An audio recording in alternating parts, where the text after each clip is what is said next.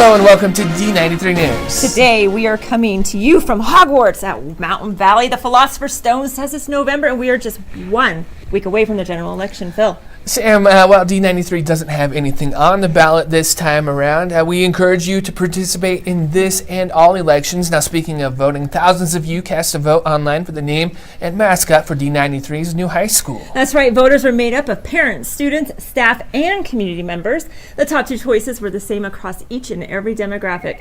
The naming committee filtered down the results and even further and will present their top 3 names and mascots to the board in Wednesday's board meeting. Now, for the past couple of years, Mountain Valley has transformed into a pirate ship, but this year it chose a different thing. That's right. Mountain Valley is now unofficially the Hogwarts Academy. The change was done to promote literacy. Dumbledore agreed to do an exclusive interview with D93 News. He says all of this credit for this transformation belongs to his army. What it takes really is a great staff. I just get to ride the ship. I just get to ride the boat, but especially Mrs. Lenderink.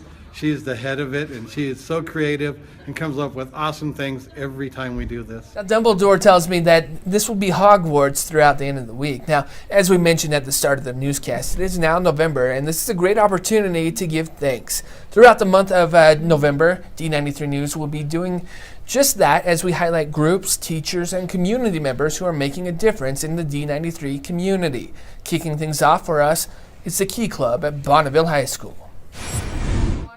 There are a lot of things these students could be doing on their lunch break at Bonneville High School, and they decided to use it to help others. So we are painting airplanes for the Humanitarian Center to donate to them to send out to people, kids worldwide.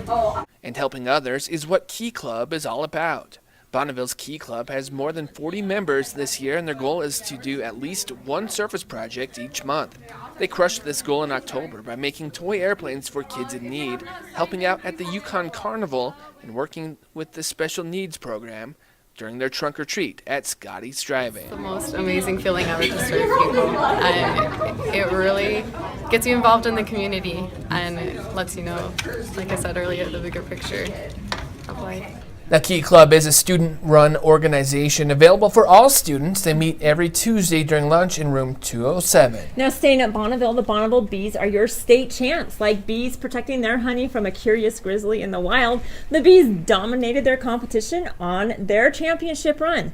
The Swarm did their part too. The Bonneville faithful swarmed the gym at Skyline and turned the Taj Magriz into the hive on wheels. You can relive the glory on their championship run by watching the archive broadcasts in the video tab on our Facebook page. A huge shout out also to the cross-country athletes who competed last week as well. The Hillcrest girls finished 7th in state. The Bonneville boys finished 9th.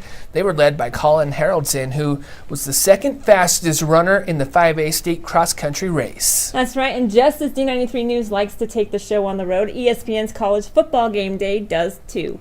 This tradition started in 1993 and is going stronger than ever today. It's a great way for fans to show their support and pride for their schools. So naturally, we wanted to be there to show our support for D93. Sam worked tirelessly on a sign that could alternate between Bonneville and Hillcrest.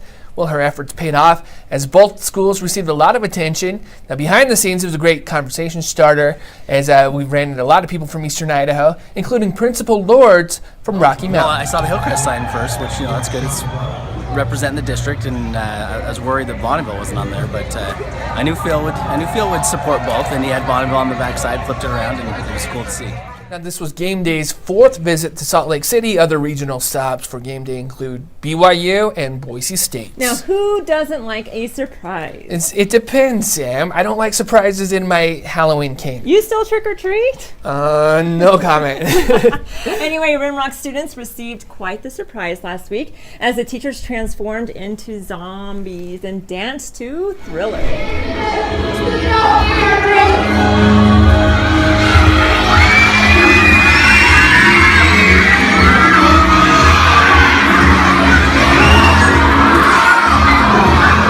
Now, speaking of zombies, students in Coach Miller and Coach Shackett's classes participated in a zombie run. The race went through the annex and up to the Bonneville tennis courts before returning to the gym where dodgeball throwing zombies were waiting for I love the them. imagination of the teachers putting this on. I was there for the leprechaun chase last year, and it was a ton of fun. I bet. Yeah, and now here's a quick preview of what you can expect next week on D93 News.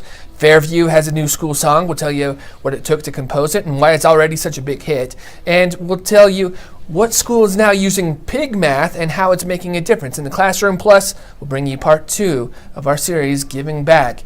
Those stories and more next week on D93 News. And don't forget the new name and the mascot. new name. We'll definitely have an update on that. All right, we'll leave you with a few of the sights and sounds from Halloween in D93. Thanks for watching.